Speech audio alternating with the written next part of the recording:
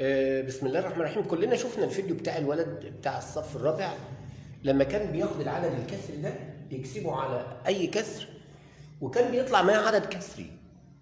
طب ازاي يا مستر؟ مش رفع الكسر ولا عمل اي حاجه خالص، يعني ما ضربش الاربعه في 5 ب 20 21 على 4 ويجلب العدد اللي فيه والكلام ده، لا، ساب الماكس اللي هو العدد الكسري دي زي ما هو اهو 5 اند اوفر اند 1 اوفر 4، وهنجلب الديفايد دي نعملها مالتيبليكيشن وبعدين هتبقى ادي 2 اوفر 1. يبقى معنى كده ان الماكس ده العدد الكسري ده اللي بيتكون من نمبر الديفراكشن هتضربه في 2 بس.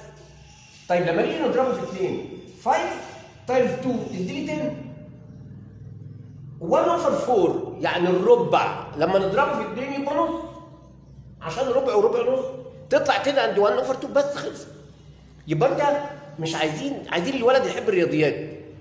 اي عدد كسري على كسر، بص بس البسط المهم يكون البسط فوق، يعني مثلا 1 على 2 الحاجات البسيطه الاولانيه دي، بعد كده هنخش على الاكبر منها.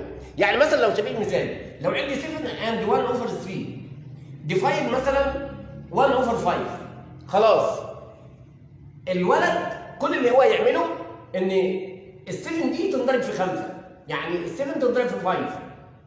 جميل، يعني تبقى 7 اند 1 اوفر 3 اهو، يبقى الفراكشن كله منضرب في 5. السبعة في 5 7 تايمز 5 تديني 35، وبعدين ال5 تنضرب فين؟ طبعا المقام عندي اللي هي الدينومينيتور دي زي ما هو ماليش دعوه بيه. نضرب ال5 في ال1 اهي. طب يا مستر ما ينفعش كده عدد كسر غير فعلي. تعال نقول له الخمسه فيها كام 3 بالراحه واحده كده. الخمسه فيها 3 واحده تنحط على 35 تبقى 66 ويتبقى من 5 2 على 3 بس يا عم. يبقى 66 عندي 2 اوفر 3 خلصنا. لا رفعت كسر ولا عملت جلبت العلى الى فيه ولا حولتها في النهايه عدد كسري. يبقى انت كده بتحبب الولد في الرياضيات. يعني تعالى ما ناخد مساله ثانيه وبالراحه كده، يعني بنشرح علشان يمكن بتاع اللغات يفهم وبتاع العربي يفهم. لو عندي مثلا 9 وادي 5 وادي 8 ديفايد مثلا على 1 اوفر 4، ها يبقى الكسر ده هينضرب في 4، يبقى ال 9 هتنضرب في 4، 9 تايمز 4 تديني 66. تمام. الدينومينيتور اللي عندك الايد دي هتفضل ايه زي ما هي. الفور مع ال5 تديني 20. طب يا مستر بعدين ده سهله برضه. ال20 فيها كام 8؟